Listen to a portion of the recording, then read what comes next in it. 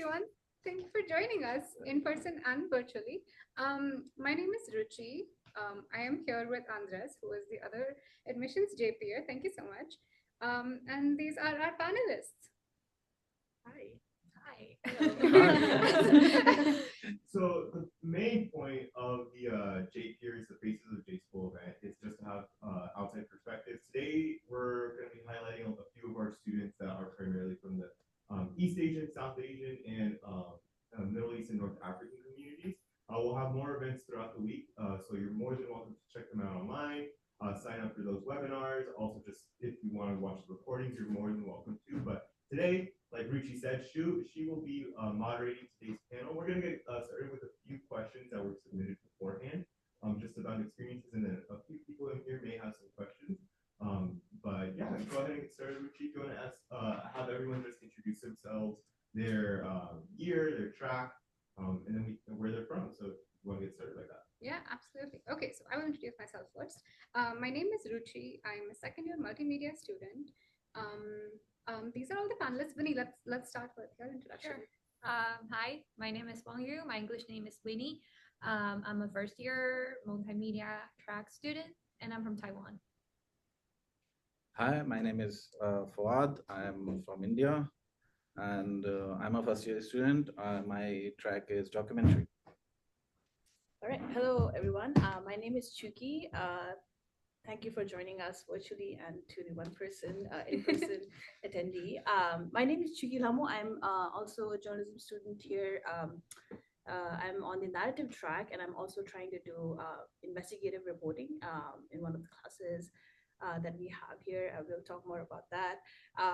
And I'm a third generation Tibetan refugee, so I have had a lot of experiences in reporting, local reporting in India.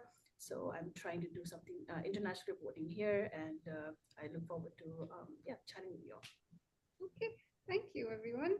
So, my first question: what were some of the things that you considered to come to Berkeley specifically for journalism?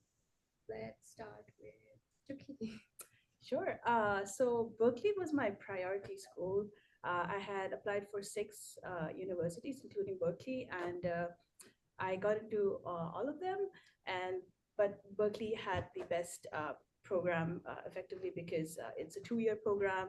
All the professors that I wanted to learn more from were, my research interests, reporting interests aligned with all the professors that were in the narrative writing faculty. I think West Coast, it was the only university that I applied for on the West Coast. All the other schools were on the East Coast, so that was really, really cool. And also the scholarship package that I've had here was the best, so I chose Berkeley. Okay. Okay, I think I memorized the answer. So I actually have 3 reasons. I applied. Berkeley was not my priority school; it was Columbia. So I applied to Berkeley, Columbia, and NYU. So yeah, different reasons anyway. So the 3 reasons that actually led me to Berkeley was, obviously, one was like scholarship, because that's the most important thing for someone who doesn't have generational wealth, who doesn't want to take a huge loan, because it's a huge thing for people like us, especially from marginalized community. So that was a huge factor. And the second factor, when I started talking to people at Columbia and at Berkeley, was because it's a 2-year program, so you get more time. And I think big factor is the internship period that you have during summers, which gives you time to learn, which gets you time to accumulate yourself in a newsroom. And then you have clips, which are very important when you're applying for jobs after you graduate. So this was the second factor. And the third factor was, as an international student, it's very important that you get some time to spend here after you graduate. And Berkeley has a STEM program, which means you get 2-year extension for your OPT. So so that's a great thing. So yeah. Yeah, definitely. And I have applied for 4 schools, and I believe Berkeley is my first choice because Berkeley is a like UC Berkeley is a prestigious school, and also yeah, the program is 2 years, so you have more time to explore yourself. And I like here we have different tracks, so you can explore yourself and decide which track you want to delve into. And also to me, I'm not only want to do like narrative journalism. I do want to do some videos. I do want to do some multimedia. So the track here is attracted to me. And also what else? And I like maybe the diversity here because like West Coast the weather is good and the people here is really diverse, so I feel like as an international student maybe I will be more adapted to it. And also like I think the STEM program is also an important factor for an international student, I think. Yeah, definitely. UC Berkeley's program is STEM certified, the journalism program, which does mean that we get more time to stay back and work in the US should we choose to do so, which is definitely one of the bigger reasons that I also chose to come here. I want to know a little bit about um, growing up in like a very different part of the world that is not anywhere near the US. I feel like we have culturally very different experiences growing up, and I just want to know what that transition is like as an international student to come here, especially from a country that's so far away, so detached. What is the how does it look like when you're trying to adapt, when you're still transitioning, and yeah, how does that impact your journalism? Go ahead. Go ahead. I mean, this is my first trip abroad, so I've never been outside India. So I was actually very nervous, and I don't like to travel. It makes me anxious. So I have this travel anxiety thing anyway. So that's another thing. But I was like for the last before coming here for 2 3 months, I was really struggling, leaving family behind and everything. But since I've gotten here, I've not really missed home. So I think the reason is obviously people have been, was that your question? How you've been adjusting? Mhm. Yeah. So I think the biggest reason is the diversity here on UC Berkeley campus. You obviously meet different kind of people, and sometimes it helps you to talk to people who are facing the same issue, who have the same concerns, who come from, who have left their family behind and trying to adjust here. It really helps you because then you feel like you're not alone. And also when you meet people who are from back home, like Chuki is, and I spoke to her before actually coming here. So Chuki, Ruchi, and all the other people that you can speak to in your own language, you can talk to them, and you can share your concerns, and obviously you can bond over food. So, so Chai. yeah, or chai. So that helps. I think the diversity part is very important in that sense. You don't have, it just helps you, adjust in a new country because you're going through, adjustment, and with these people, the community that it's really helpful. So I've not really faced, I've not really missed home or anything. So that's. Good to know. Good to know. Awesome. What about you, Winnie? Um, Again, California is a diverse place. Yeah, and also I feel lucky because I know there are many Chinese and many Taiwanese here, so I think it's not that difficult for a person who speak Chinese, speak Mandarin to be here. And so like in social life and in like daily life, it is not that difficult to adjust. And also the people I met here, they are all friendly, so this part is not a big challenge to me. And also I'm lucky, and also like there are also Taiwanese student here, so I have reached out to them first before I came to Berkeley. So it's also useful because they will tell you their experience and how they feel to be here. But to be honest, I think the difficult part to me is about the profession, because like you don't have many sources like native student, like if you want to find an internship or if you want to do some freelance job, or like even it's about your class, you want to do some reports and you want to find some sources, you want to find or contact some institution, you will have to spend more time searching and like asking people.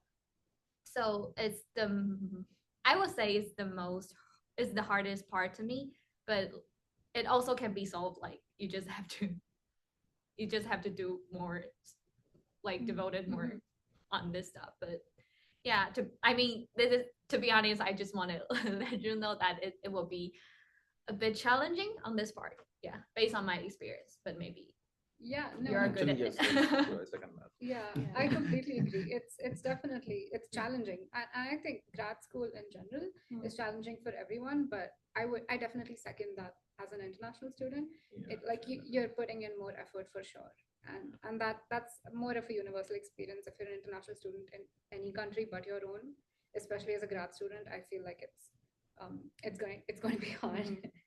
Tricky. Yeah, thank you for sharing those things, guys. I think I have had a very different experience from Fawad. I was Because I was missing my family like a crazy person. Ruchi knows. because you didn't have your chuki. Yeah, yeah, I guess. So I cried for a couple of weeks first coming here, because this is also my first time outside of India. I've never been outside. I've met a lot of Americans in the Ramshala and other people from other Europeans. And I guess I thought that I would have the culture shock, but I did. But yeah, slowly and gradually people, I meet friends. Ruchi is a very good friend of mine. The SAJA community, Tarini and Simardeep, who just graduated in May, they were very important parts of my experience at J School.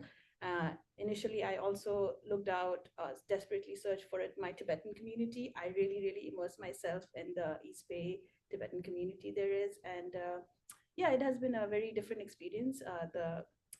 I would like to say that I grew through all the suffering that I have had, but definitely this has been a very unique experience.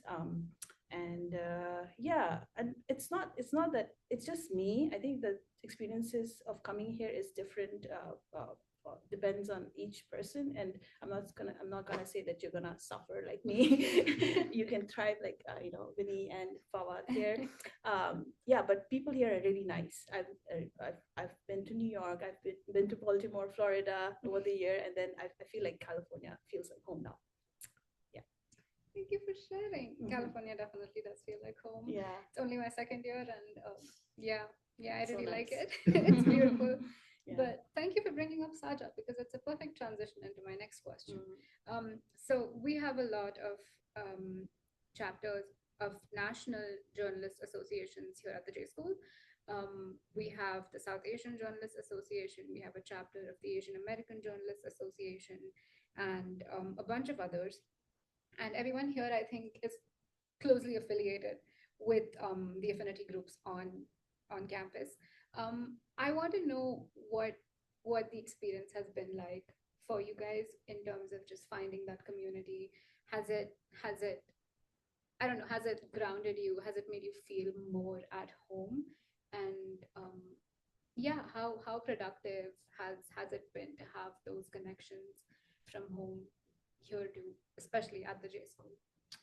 Yeah, so I'll go. Definitely South Asian Journalist Association. I'm the chair now. Last year, I was really close with the co-chairs and the people who were running that group. I had a really good experience. I could meet a lot of journalists, esteemed journalists from India, South Asia. The big the region has been really close to me through India, obviously, but I got to meet a lot of, there were a lot of sessions virtually and on campus that they had. I think, yeah, after the J School community, I think the SAJA community has been really influential, not just in making a community, but academically also, if that makes sense. I recently, so Fawad and I, we were at the SAJA at 30 conference in New York this weekend, and it was so amazing. And the networking was crazy. Okay, it was not just India, but people from all over South Asia, and I feel like I've grown as a reporter and as a network person, because my networking skills are not that great. And it was a pretty cool meeting with so many esteemed journalists. There was one panel where there were editors in chief from Vox, Rest of World, and Foreign Policy, and I was blown away by the way they were talking about their work and how they've reached this pinnacle of journalism that they were doing. So SAJA community is amazing. If and other affinity groups are also here, are very good support systems. I believe for the students here, even though we don't have a lot of resources that way, but we try to keep all of we try to be together as much as possible. So that will be my 2 cents on the experience. Thank you. Yeah. I mean, she already spoke about it. She covered all of that. Yeah, I think AAJA hasn't really held on many events, so I didn't really participate in that kind of gathering so much, maybe as your affinity group, but I would like to share one of the experience because last month I went to a journalist mixer in SF and I met a journalist there, and I believe he's also a member of AAJA, and we connected each other on LinkedIn, and last week he sent me an information about a fellowship, maybe AAJ or some organization offered, and also the AAJ Berkeley chapter also shared this information, so I have already known this information, but like it's a really good thing that you have this topic, you have this kind of relationship to connect with each other and you can talk something in common. So it's not really about a gathering or event, but like it would be great if we had that. But yeah, I think it's just like make you closer to somebody which is also from the same background, and you met others and the first time you can share, oh, I'm also from AJ, just like it's useful at the first time. Yeah. Can I Well, add would you something? like to add? Yeah, just so obviously Chuki spoke about SAJA at 13 New York, so that was great fun. But I'll not talk about that. So here at like in Berkeley, when I came here for the like maybe 15-20 days, I mean I wouldn't say I was missing home, but yeah, obviously you do. You miss certain things, mostly food. Because you're still getting used to the food here, and I mean the lack of spices and the blandness and everything, because we're so used to eating so much spice and all that. Anyway, so Chuki and Hussein and these people took us out for a dinner, and that was like really fun. And I've shared this to everyone. And when I got out after eating and talking for like maybe 1.5 hours, 2 hours, right? And I told them that this was the first time in Berkeley when I felt like home. So yeah. I mean, I've already told you. Yeah, but I but yeah, good, right? but that's true. I felt like home. So that affinity group, when you have something in common with people, that can actually help you cope when you are missing home and things like that. So, I second that completely. There's so much, even though it's a cohort of less than 60 students each year that we have, there is so much diversity that you'll never feel like you don't have people who you can connect with on a very personal basis. And I think that's something that makes it really, really special and makes it feel like home, especially here at the J School. I could go on because I have a list of questions, but but I really would. I'd like to open it up, and if anyone who's on the meeting has any questions, please feel free to raise your hand. Ask it. What's your experience like in your classes? The first year, I think it's mostly I learned a lot of reporting, especially because I don't know anybody here. There's no source building that I've done here. So there's a J200 class that you'll know about. So we assigned 2 different cities. I was in Richmond, and then I was covering city council beat in the class, and we pitched stories to our professors who are ultimately our editors. And there are 2 school news sites Richmond Confidential and Oakland North, where we get a lot of clips. So I got, I think, 4 clips out of that class over the fall, and then obviously afterwards you can pitch stories to the editors after the class also. So you establish that kind of source building here in the Bay Area, and then you can obviously pitch to, and there are different classes. Narrative fundamentals was one where we were taught how to pitch to different publications. We were focusing on one story a day. So my experience is different because I'm on a narrative track. So there's a lot of pitching, reporting experience. It's a very disciplined way of teaching. It's more like a training. You don't read a lot of books here. That's what I thought. Coming to America, I would be reading a lot of journalism books, but that's not what's happening here. You're being told to do your own stories. Your pitch can get rejected. Your pitch will be accepted. They'll help you with the professors here who are editors, journalists who have been in the game for so long. They'll help you with your stories and to get your voice out there. Yeah, and one of the classes that I think is very interesting for me is one of the investigative classes that I took last spring, run by David Barstow at Investigative Reporting Program.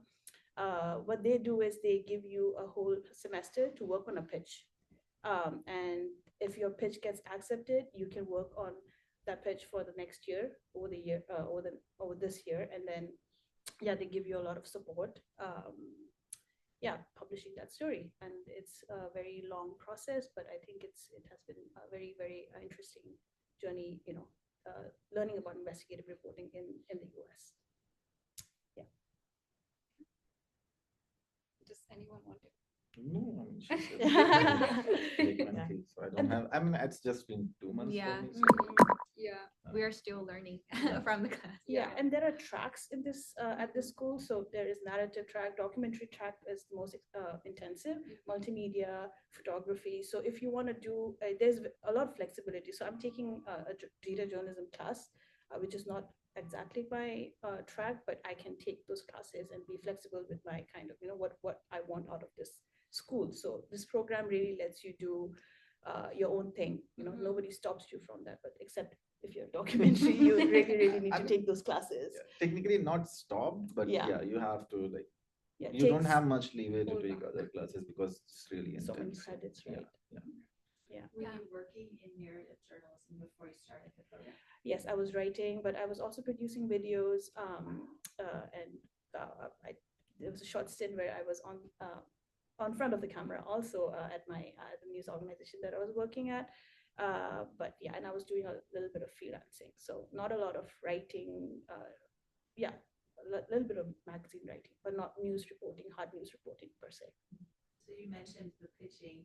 How else would you say your experience here is changing your approach to your profession from where you left off? It's expanded my horizons because I was a local news reporter. I was doing all things Tibetan. I was writing in English, but it was for a very small niche audience, right?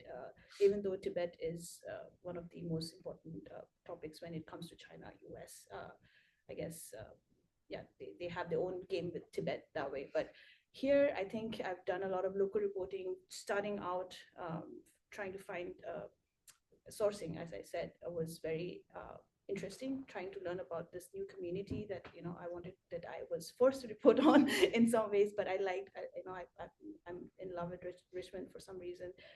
Oakland is pretty interesting too. I'm currently working on a story in Oakland for covering there's a class on elections taught by 2 LA Times journalists.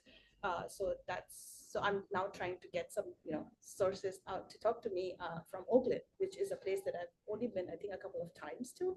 So I think I've grown.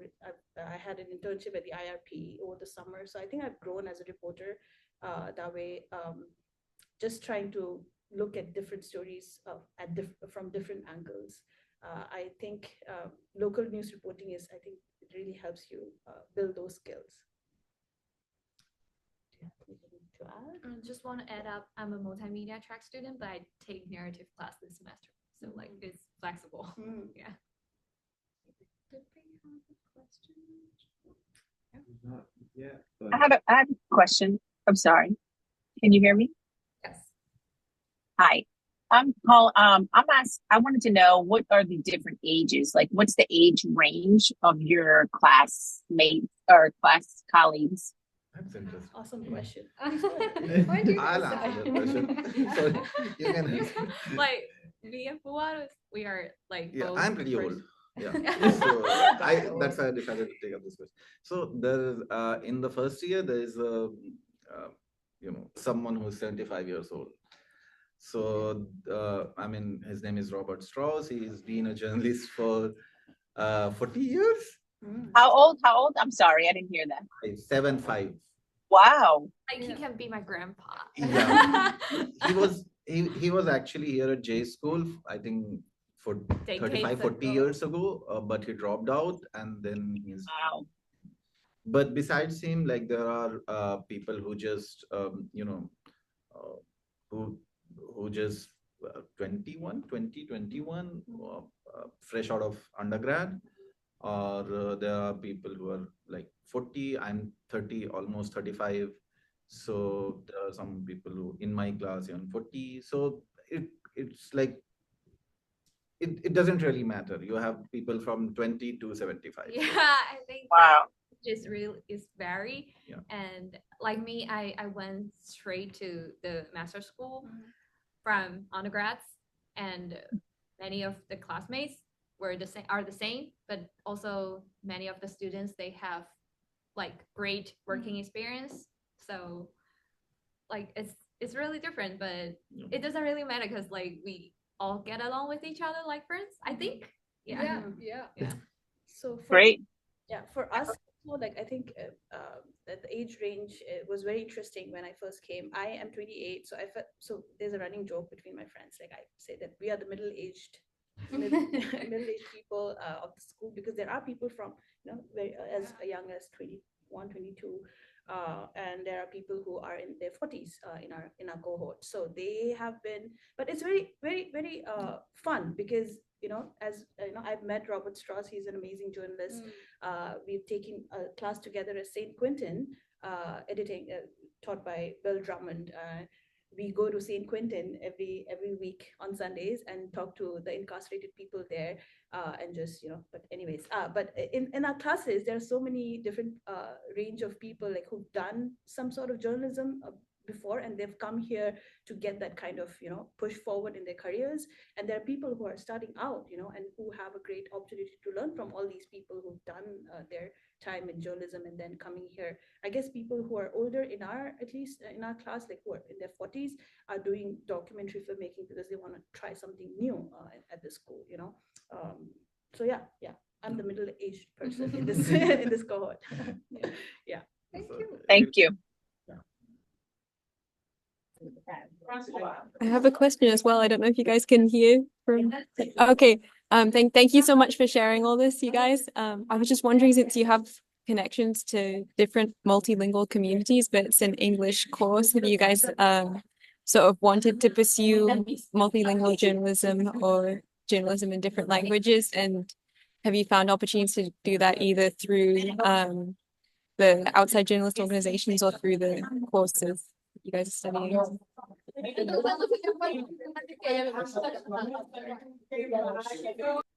I don't know one, but we had a discussion. So Daniela, she wanted, because she's a Spanish speaking person. So her first language is Spanish. So she was talking to our professor about whether to do studies in Spanish. So I don't think we do that here at J School, but if that is your strong language, that is yours. So, I mean, obviously there are different languages. I mean, there is also, I think, 2010 from someone from 2024 batch who works at a Spanish language. Yeah. So there are obviously opportunities. So journalism is not about language, basically. It's like your basic skills still stand, whether you work for a Hindi or Spanish or any other language. It's just the language varies. And if you're talking to people who don't speak English, then you just and if you're writing for English newspaper, you will be obviously translating them. So if you speak more than one languages, it's really helpful, really great for you, because obviously it basically expands your number of sources that you can speak to, the number of people that you can talk to, who will be comfortable sharing stuff with you, or who otherwise would not be probably be comfortable sharing talking in their non-primary language, in English. So things like, so obviously, one, you can find opportunities if you want to write or publish for publications that are not primarily in English, because in the Bay Area, I believe there are some at least Spanish language newspapers and publications. And two, obviously, even if you're just writing for English publications, the language skills that you have, they will be very useful, especially in a diverse area like a state like California, where you have people speaking different languages. So they're always useful. Yeah.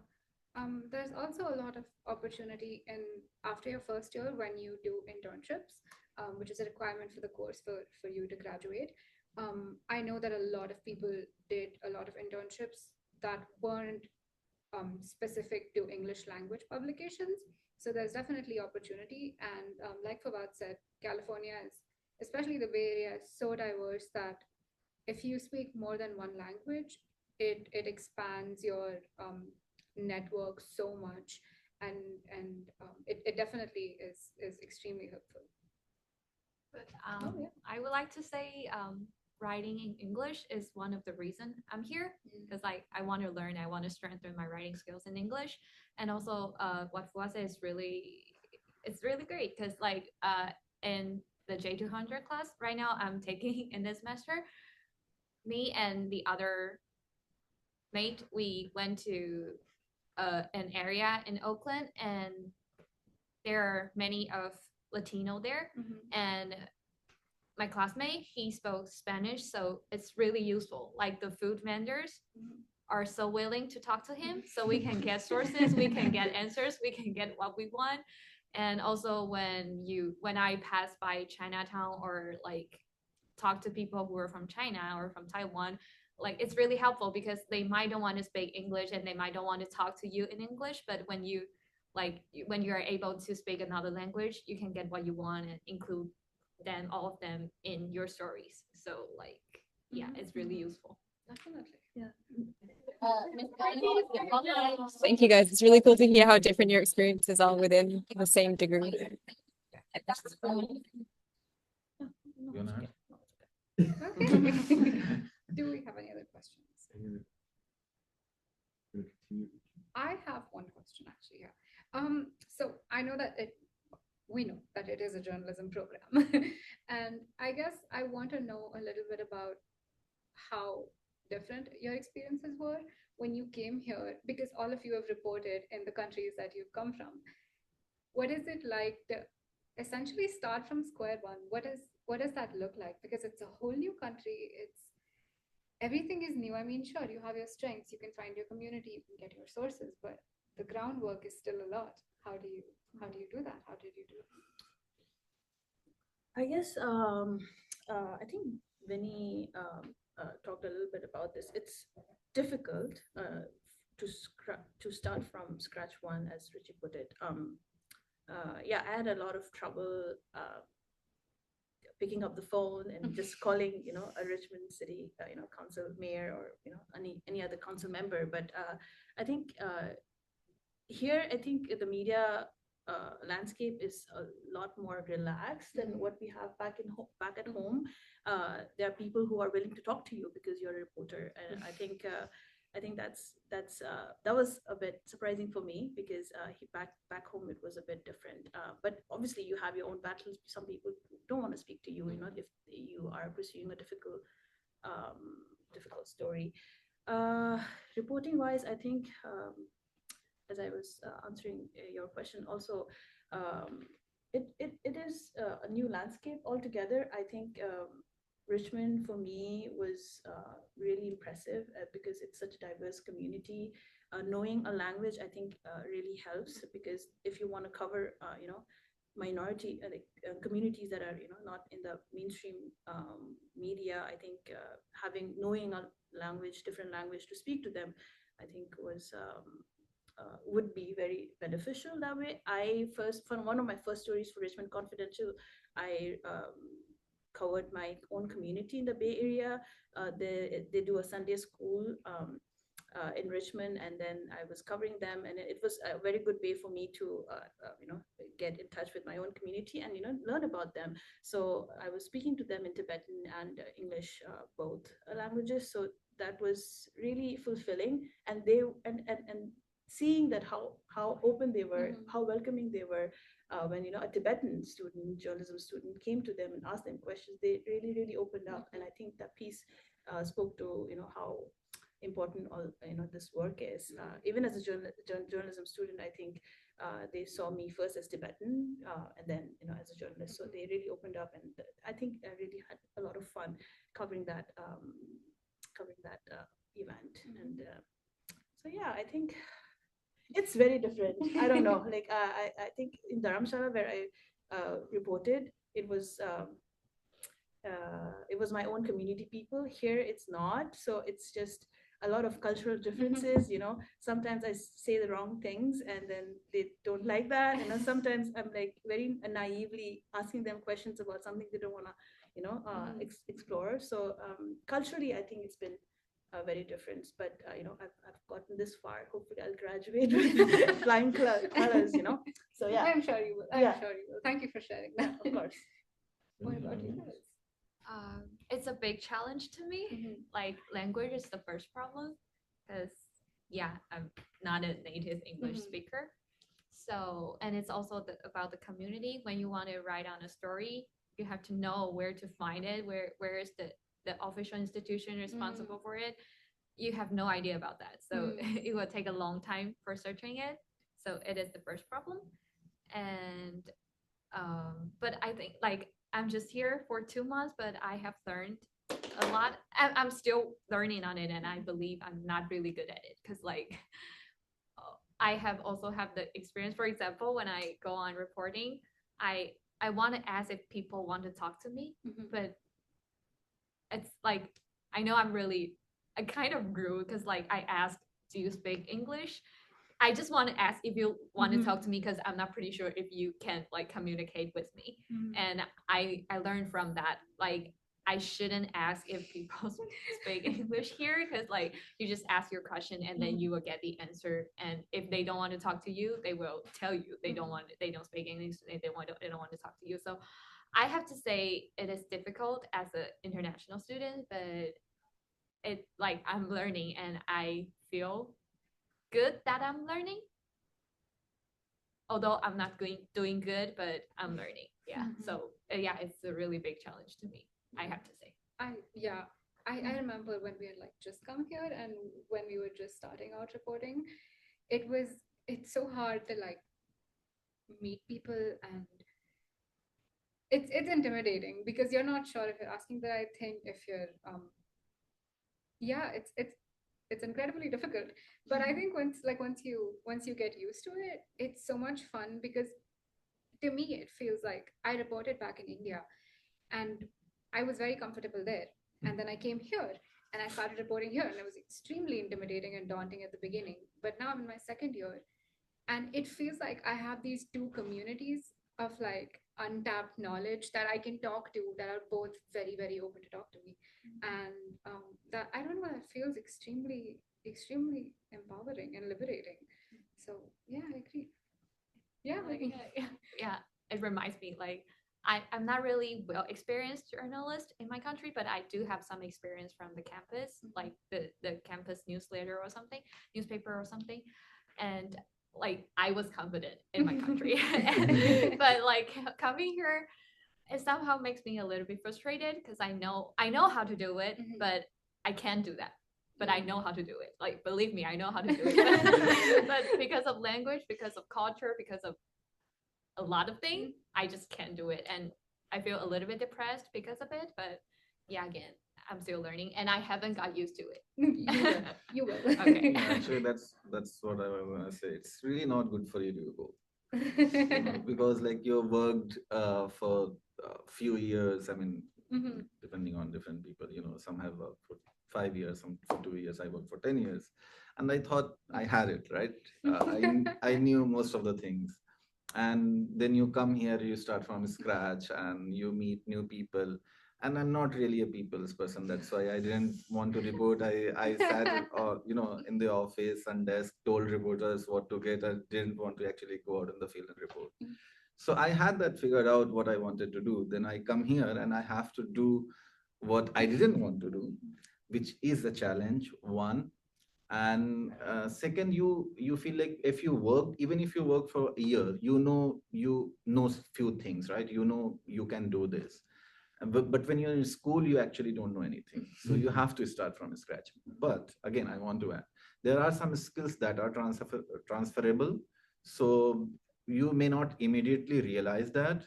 But for example, in my case, I feel like I'm struggling. The reason that I feel like I'm struggling because I have set a higher bar for myself because come from certain layers of experience. But when I talk to Lisa says, you're not struggling. You're not struggling at all. She's telling everyone that, I mean, I am talking in a manner that I'm struggling, but she's like, you're not struggling because you feel that way because like you have set a higher bar for yourself. So that is what I meant when I said it's not really good for your ego because you feel like you know things, but then you realize in a class you don't actually know things, especially as an international student where you have to struggle, as these people rightly put, finding sources and talking to new people and all that. Great. So as with outside of school, have you had any opportunities to continue cultural celebrations, holidays, traditions? Maybe like where have you been able to find community outside of the school? I've already said that the Tibetan community is pretty cool. I went, we have the Tibetan New Year around February, March. I went there this year. It was really fun. Yeah, I didn't miss my family then. So it was pretty cool. Outside of that, I think I go to a lot of San Francisco Chinese Chinatown. I think there's just because of the way people look, they look like me. So I feel more affinity towards them than I say non-Asian people. I don't know if that's a good thing to say. But yeah, I think Bay Area's diverse community really helps you see that you're not alone here. Yeah, the Tibetan community is amazing. If you want to have anything Tibetan, food is great. So let me know if you want some hints. Yeah. I have something to add. I think one of the pros of being at Berkeley, especially, is because it is such a big school, there is always something happening. And diversity is not limited to the J school, it extends beyond and it goes into the UC Berkeley community. And we have like thousands of students, and you will find your people. And there's always celebrations. I've been to so many Indian festivals. I know that my friends used to throw parties, which was fantastic. And Berkeley has student associations that celebrate a lot of our festivals. And that was one of the reasons I decided to come here, is because I was like, out of the 50,000 students that study here, I am going to find my people, at least two, but I will. But it's been more than two. So yeah, there's no problem finding a community, at least for me. That's been my experience. But any questions And I just wanted to add to that. So yeah, obviously I don't have anything new to add. So I just wanted to add what my community is. Like I have been to most of the schools outside the J school at UC Berkeley, trying to meet South Asians. And that's been my thing. And also like being a Muslim, so I didn't know where to pray and all that. So I've also found that community. So yeah, so in both senses, like I'm good. I mean, I don't feel like alone. Yeah. So. To me, I feel like the resources from the school is enough to me. Like we have Taiwanese association, and there are so many like Taiwanese students in the campus in Berkeley. So I think finding a community is not that difficult. But like to me, I like to find and seek for a different culture. Like for example, I went to like Oakland same-sex parade last month and explore SF or anything. Like I like to explore different cultures. So maybe it's not really important to like really have to find a community which is close to you. Sometimes like reaching out to different cultures is also interesting. Yeah. That's a really interesting point. Yeah, true. Any final questions from our Zoom audience? All right. So to wrap it up, if everyone would like to just give a piece of advice to the prospective applicants, what would you say to someone who is from, someone in general, or maybe a piece of advice for someone from the Asian community as they undergo this journey for their applications to the J school? We can start over here with Winnie on the left. I don't think I'm able to give you a really useful advice, but like based on my personal experience, like I still remember what I did last year, for the application. I would like to say maybe it is hard to find information because like you're far from the US, you're far from UC Berkeley. Before I came here, I have no idea where it is and like everything here. But like don't be afraid to reach out and try your best to find sources and like just email them. And I believe people here are so willing to talk to you and collect all the thing you have done and translate it to English and like just apply for it and don't think too much like, oh, what if I can't be accepted or something. Like I have the same feeling last year, but it's fine, just do it. Yeah, You're good. yeah. I'll add, as long as I can remember, I wanted to study abroad. I wanted to study in this, but I never had I would say I've never felt confident enough to apply because that's what, I didn't feel, coming from an underprivileged background where you don't have money, where you grew up in a village, things like that. So you don't really feel confident enough that you're good enough to get into, a school in the US. So I didn't apply for anyway. So long story short, my friend got into Columbia and he really pushed me to do that. So, and I think one of the reasons that I also didn't want to apply because I didn't know anyone who was studying in the US, because obviously if you are from that background, you don't know anyone around you who has gotten into a school in the US. So when my friend got into Columbia, so I had someone who was very close to me who now was studying in a US school. So another thing I would say, if you feel you don't feel confident, you don't have to feel that way. Second, reach out to talk to people. I felt like sometimes I had questions, I wanted to talk to people, but I felt like maybe they wouldn't respond, maybe then why would they talk to me and things like that. But now I'm here, I feel like I would want to share my knowledge with everyone. I want everyone who has felt the way that I have, I want every one of them to get into J school or any other school that you're applying to. So if you're, and I've spoken to a lot of people at Columbia, at Berkeley, and everyone shares, I feel like everyone has the same feeling. They want to help people. It's not like now we have gotten into the room and we want to close the door. It's not like that. So if you have any questions, if you want to talk to people, if you don't feel confident, just reach out to people, talk to them. If you have any questions, just be open. Just don't feel like that you can't talk to people. Just pick up a phone or email or things like that. Just do that, and it'd be worth it. That was amazing advice. I remember you were in one of these sessions also, I think moderated by Nelly, where we connected. So that's great. But by that time, I had already got it. So. Yeah, no, but you were still deciding, right? He'd gotten into Columbia also, so he was still thinking about different schools. Thank you for sharing, both of you. I think you gave a really overall experience of the admission process, but I would maybe be more specific and talk about the application itself. I think for me, what may have stood out to the admission committee here was my diverse background. I think if you push that out and merge that with your reporting experience, whatever that has been, I think that really makes a difference. Don't don't restrain yourself from putting your vulnerabilities out there.